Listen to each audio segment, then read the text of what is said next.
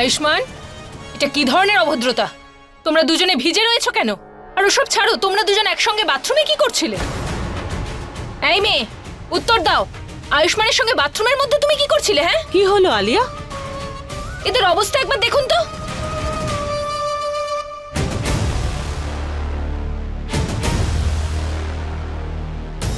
এটা কি অবস্থা করেছিস তুই নিজের? আমি তোকে ছাদ থেকে কাপড় নামিয়ে নিয়ে আসতে বলেছিলাম। এখানে তুই কি করছিস আয়ুষের সঙ্গে?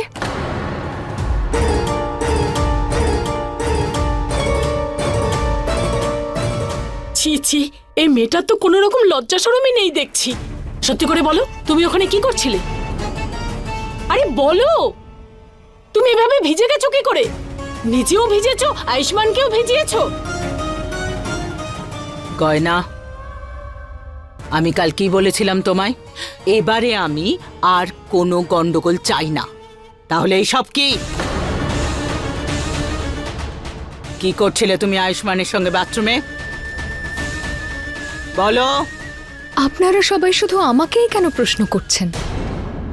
কথায় আছে না, ধনী পরিবারে বসে থাকা কাককেও ময়ূর মনে হয়, আর গরিবের ঘরে অভুক্ত শিশুকে চোর মনে হয়। এসব কি বলছো তুমি? এটাই। আমি তো একলা বাথরুম থেকে বেরোইনি। ওনাকেও প্রশ্ন করুন না, উনিও তো ছিলেন আমার সঙ্গে ভিতরে। উনি বলবেন আজকে যে আমি কি করছিলাম ওখানে।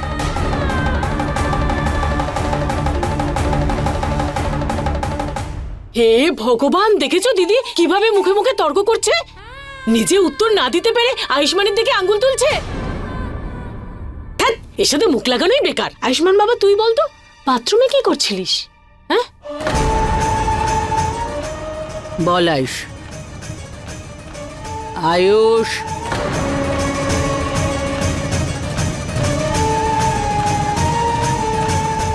আমি জানি না তোমরা কি মনে করছো, কিন্তু গয়না বাথরুমে জল গরম করছিল আর ভুল করেও কলটা ভেঙে ফেলে আর জল পড়ে যেতে থাকে। আর আমি তো ওকে সাহায্য করতে গেছিলাম শুধু, তাতেই আমরা দুজন ভিজে যাই।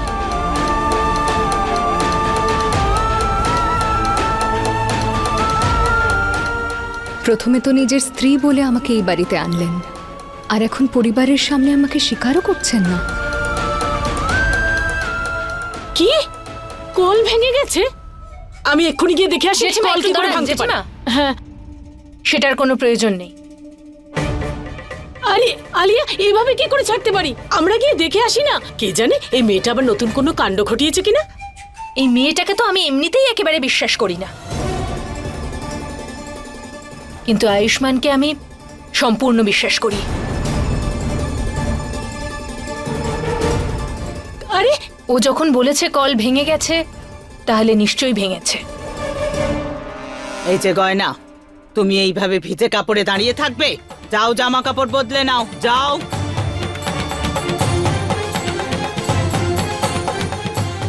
এক মিনিট।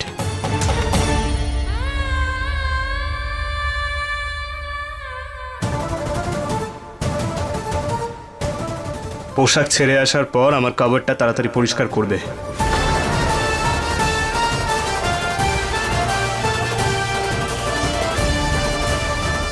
কোনো দরকার নেই এখানে আবার আসার।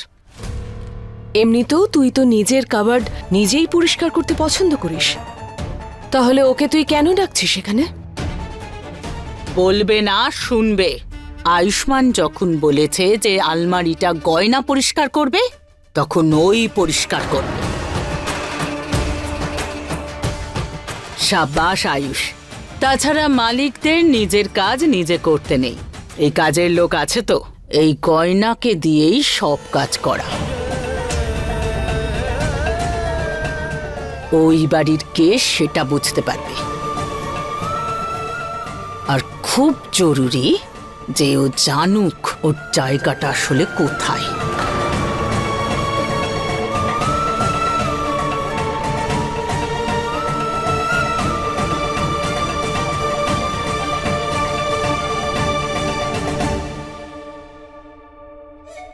এত কিছু বলা হচ্ছে গয়নাকে, কিন্তু আলিয়া কেন চুপ করে রয়েছে? কিছু বলছে না কেন? কাজের লোকের কাছে বোধহয় হার মেনে নিয়েছে ও। হ্যাঁ, ওর কাজ করার অভ্যেসটা থাকা উচিত, না হলে ওর অভ্যেসটাই নষ্ট হয়ে যাবে। ও যখন কাজের লোক, কাজ তো করতেই হবে।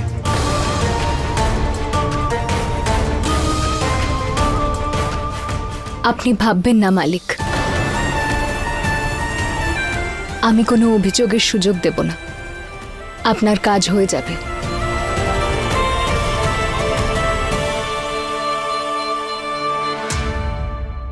আয়ুষ, যা বাবা গিয়ে শুকনো জামা কাপড় পরে নে, না হলে সর্দি লেগে যাবে। হুম? হ্যাঁ,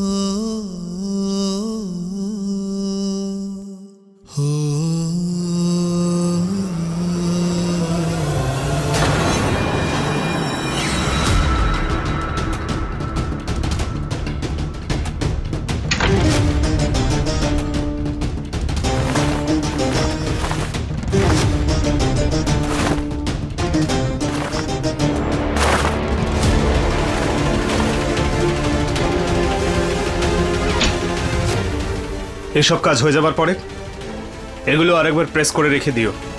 হ্যাঁ মালিক, করে দেব।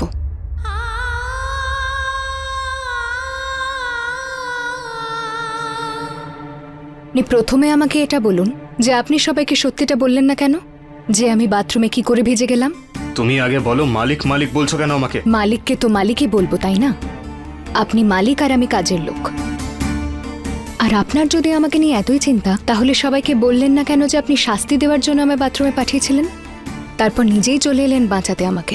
বেশি প্রশ্ন উত্তর করো না, যা বলেছি সেটাতে মন দাও। আর আপনিও আদেশ করবেন না, আর আমি যেটা জিজ্ঞেস করেছি সেটার উত্তর দিন। বলুন, আপনি আমাকে কষ্ট দিতে চেয়েছিলেন না? ঠিক বলছি তো আমি? হ্যাঁ, আমি তোমাকে কষ্ট দিতে চেয়েছিলাম, কারণ তুমি আমাকে কষ্ট দিয়েছো। আমি তোমাকে বিশ্বাস করে তোমাকে সত্যিটা বলেছিলাম যে আমার বিয়ে অন্য কারোর সঙ্গে হতে চলেছে, আর তুমি কি করলে? তোমার পরিবারকে নিয়ে এলে আমাকে হুমকি দেবার জন্য। ঠকিয়েছো, তুমি আমাকে ঠকিয়েছো।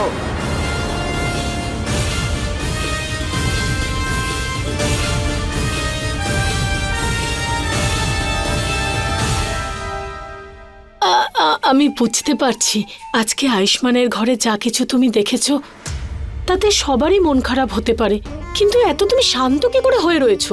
একটা কথা আমি বুঝতে পারছি না, আজকে আয়ুষ্মান আর গয়না দুজনে মিলে একসঙ্গে বাথরুম থেকে ভিজে বেরিয়ে এলো, তাতে তুমি কিছু বললে না? হ্যাঁ মাসি, প্রণাম। শান্ত তো আমি একেবারেই নই, আর ওই মেয়েটা গয়নার উপর তো আমার একেবারে বিশ্বাস নেই। গয়না আর আয়ুষ্মানের মাঝে যা কিছুই চলছে, এতক্ষণে আমার ফোনে সেটা রেকর্ড হয়ে গেছে।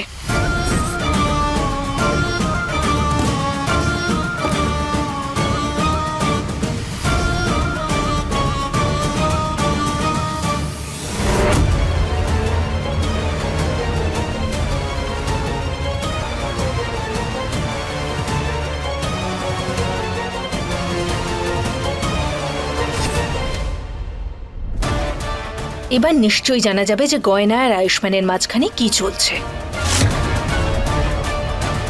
ঠকিয়েছেন তো আপনি, আমার কাছ থেকে এটা গোপন করে গেছেন যে আলিয়ার সঙ্গে আপনার বিয়ে হতে চলেছে। তাতে কি হয়েছে? তোমাকে সবকিছু বলার প্রয়োজন বোধ করি না আমি। এমনিতেও খুব ভালোভাবে বিয়েটা হয়নি আমাদের। তুমি জোর করে দেওয়া বিয়ের হাত থেকে আমাকে বাঁচিয়ে তারপর নিজে আমাকে জোর করে বিয়ে করেছো। আর তুমি যদি জোর করে আমাকে বিয়ে করতে পারো, তবে আমিও তোমাকে জোর করেই বাড়িতে রাখতেই পারি। কোথাও যেতে দেবো না, সব কাজ করাবো।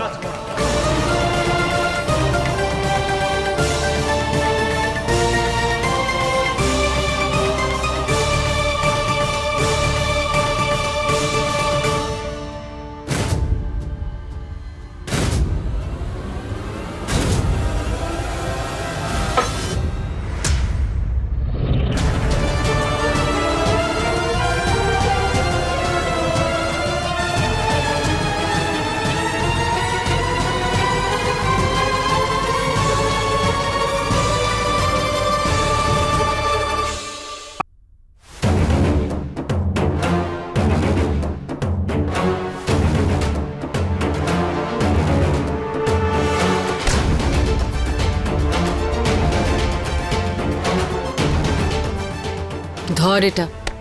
এই 2 ফিটের লাঠিটা দেখছিস তোরা দুজন? আজ থেকে সারা জীবন এই কথাটা মনে রাখিস যে তোদের দুজনের মধ্যে 2 ফিটের দূরত্ব যেন বজায় থাকে।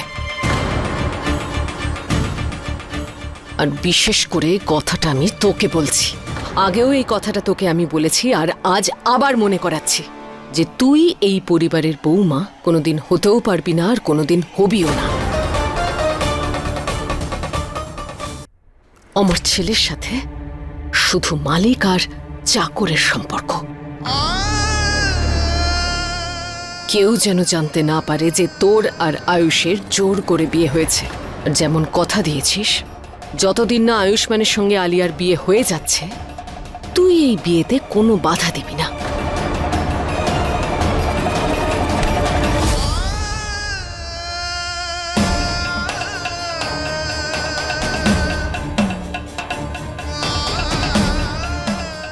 তুমি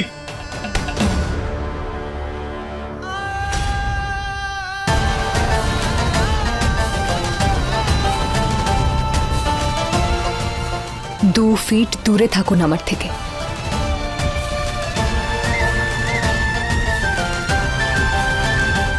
এই কেমন দ্বিধার মধ্যে রয়েছি, গয়নাকে না বাড়ি থেকে তাড়িয়ে দিতে পারছি না ওকে বাড়িতে রাখতে পারছি।